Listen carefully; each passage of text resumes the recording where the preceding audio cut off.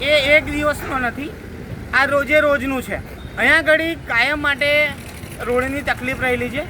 આગળ સ્કૂલ આવેલી છે, તેમ છતાં અહીંના જે અધિકારીઓ, જે એન્જિનિયરો છે, જે ઇજારદારો છે, કોઈ સારું કામ કરવા માટે તૈયાર નથી.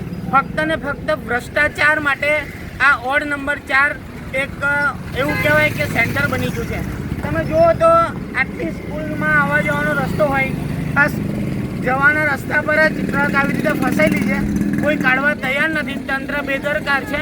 અને તમે જોઈ શકો કે વોર્ડ નંબર 4ના મેયર જ જો પોતે એમના વોર્ડનું ના કામ કરી શકતા હોય તો આગળની તો વાત પછીની રહી. અમારા વોર્ડમાં ભાજપના 4 કોર્પોરેટરો છે, તેમ છતાં અહીંયાનું જે કામ છે કોઈ પણ રીતે થતું જ નથી. અને સીધું માનીએ તો અહીંયા એક સીધો ભ્રષ્ટાચાર થયો છે. હું વોર્ડ નંબર 4ના પ્રમુખ અશોક પરમાર તરીકે આ લોકોને ખુલ્લી ચેલેન્જ આપું છું કે તમારાથી જો કામ ના થતું હોય તો તમારે રાજીનામું આપી દેવું જોઈએ. અમારા વોર્ડમાં એક જ કોર્પોરેટર એક્ટિવ છે, બાકીના 3 કોર્પોરેટરને અમે ઓળખતા બી નથી એવું કહીએ તો ચાલે. એની પ્રજા ઓળખતી નથી એવું કહીએ તો ચાલે. પહેલાં 2 ટ્રક ફસાયેલી, એ તો કાઢી, પરમ દિવસ જ કાઢી, ના આજે આ પાછી ફસાઈ.